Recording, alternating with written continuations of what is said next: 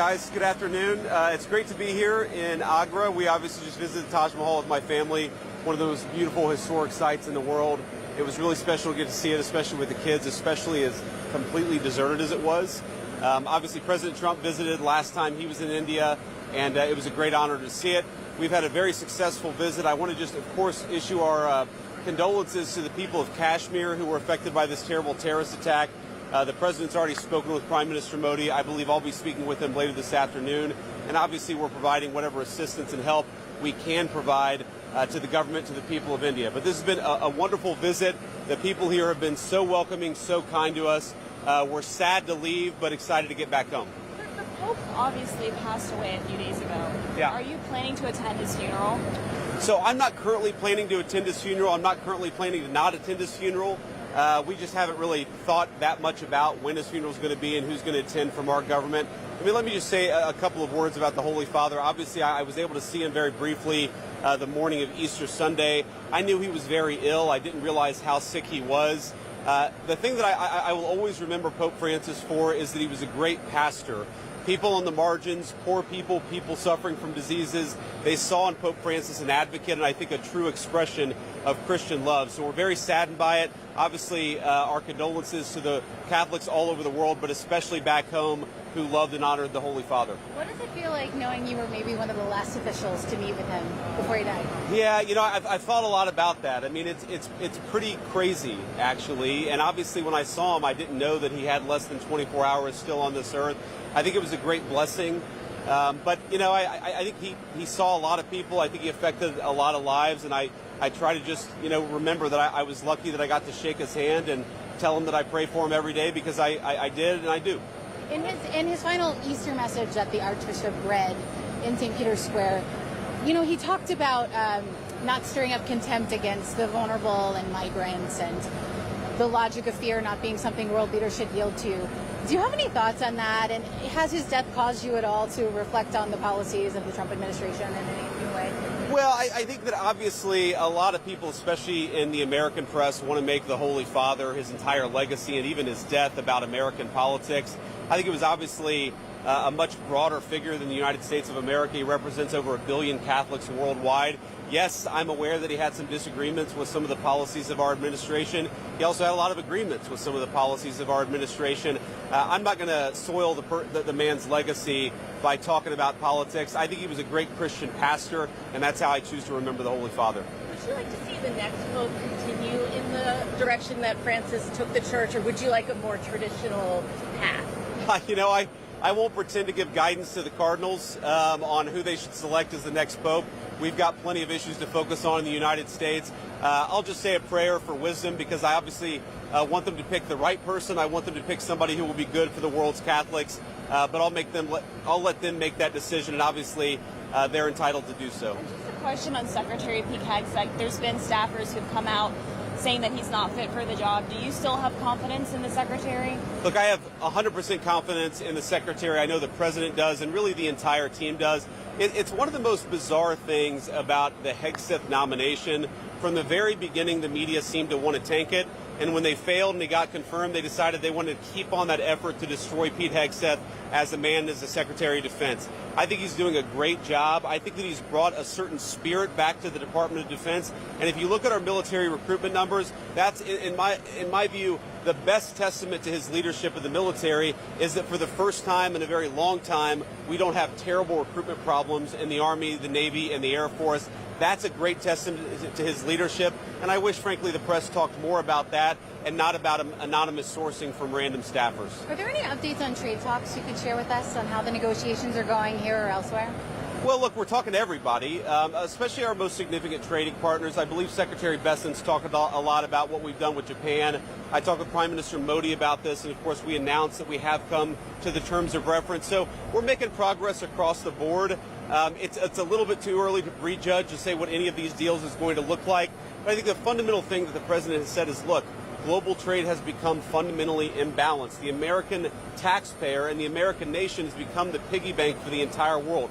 We absorb the world's producer surplus, but that's bad for American workers, it's bad for American exporters, and it's something the president ran on stopping, and I think that he's making great progress to stopping it early on in this second term.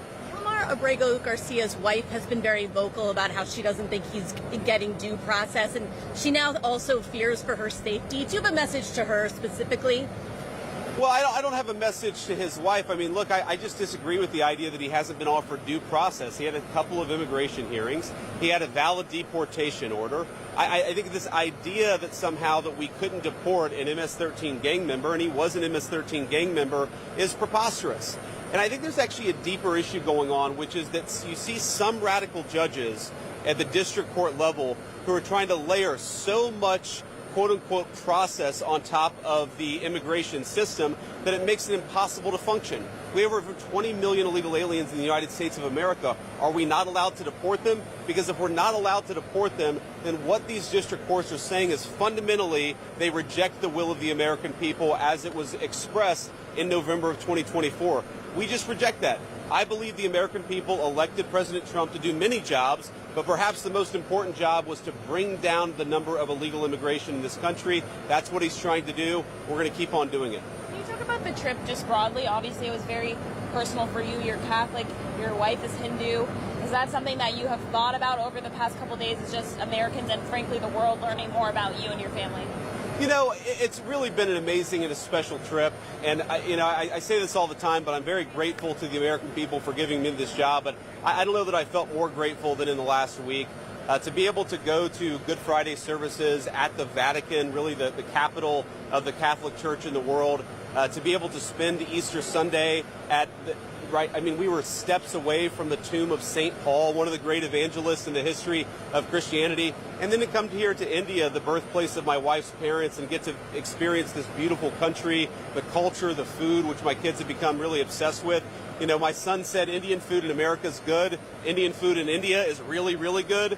And so we've had just a great time, a great trip. I think we've done a lot of good for the American people. We've done the people's business, but it's been incredibly personally enriching and rewarding, and we've had a good time too. I have another question about back home. As the federal government is determining pulling funding from some of these universities that they think are not deserving of that federal funding, do you think that there is any safeguard that should be in place to make sure the government doesn't get in the business of stopping intellectual freedom? Well, I think the most important safeguard to any of this is just the law. And if you look at Harvard, of course, that's been the university that's been most in the public eye. I mean, look, Harvard, to every reasonable interpretation, I think has violated the Civil Rights Act of 1964 by engaging in explicit racial discrimination, to say nothing else of Harvard's many other sins. If you're violating the law as a university, you shouldn't receive taxpayer money. I don't know why it's more controversial than that. I know you had one question. Thank you. Democrats are saying that Secretary Rubio's plan to reorganize the State Department is going to put the future of American foreign policy and diplomacy in jeopardy. Since you're on a foreign trip right now, what's your response to that? Well, I'm not surprised that Democrats think that Republicans are doing something and that it's bad. That seems to be the entire narrative of the Democratic Party. They have no ideas for how to alternatively govern this country. And I guess if they think that the foreign policy of the last Democratic administration was such a success, we had war in Europe, we had war in the Middle East, we had hot spots breaking out all over the world, and we had a growing trade imbalance, which was making Americans poorer and less worse off. I think that departing from the Democrats' foreign policy is exactly what we're elected to do. And I think Secretary Rubio, look, it's a very common sense idea, which is some of these institutions become so sclerotic. They do things the same way again and again and again. And he's coming into a department saying, yeah, it's got a lot of good people, but it's also got some institutional bureaucracy that needs to be fixed up. I think that's a reasonable thing to do, and I think the Secretary is exactly the person to do it.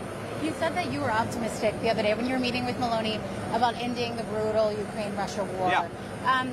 At this point, based on where negotiations are, what do you think is next in that process? And do you think that the U.S. should still hang on and take part in those negotiations? Well, I'm going to echo something Secretary Rubio said, which is, look, we've issued a very explicit proposal to both the Russians and the Ukrainians, and it's time for them to either say yes or for the United States to walk away from this process. We've engaged in an extraordinary amount of diplomacy, of on-the-ground work. We've really tried to understand things from the perspective of both the Ukrainians and the Russians. What do Ukrainians care the most about? What do the Russians care the most about? And I think that we've put together a very fair proposal. We're going to see if the Europeans, the Russians, and the Ukrainians are ultimately able to get this thing over the finish line. Again, I feel pretty optimistic about it. I think everybody has been negotiating in good faith, but it's now time, I think, to take, if not the final step, one of the final steps, which is at a broad level, the parties saying, we're going to stop the killing, we're going to freeze the territorial lines at some level close to where they are today, and we're going to actually put in place the kind of long-term diplomatic settlement that hopefully will lead to long-term peace. I'm going to take one more question before the kids start banging on the airplane windows. So just to clarify, so you want the current lines of war in the war in Ukraine to remain the same under your proposal? No, I didn't say that. What I said is the current lines, somewhere close to them, is where you're ultimately, I think, going to draw the new lines in the conflict. Now, of course, that means the Ukrainians and the Russians are both going to have to give up some of the territory they currently own. There's going to have to be some territorial swaps. So I wouldn't say the exact lines, but we want the killing to stop. And the only way to really stop the killing is for the armies to both put down their weapons, to freeze this thing, and to get on with the business of actually building a better Russia and a better Ukraine. We're certainly invested in that effort. We hope the Russians and the Ukrainians will meet us halfway. Thank you, guys. See ya.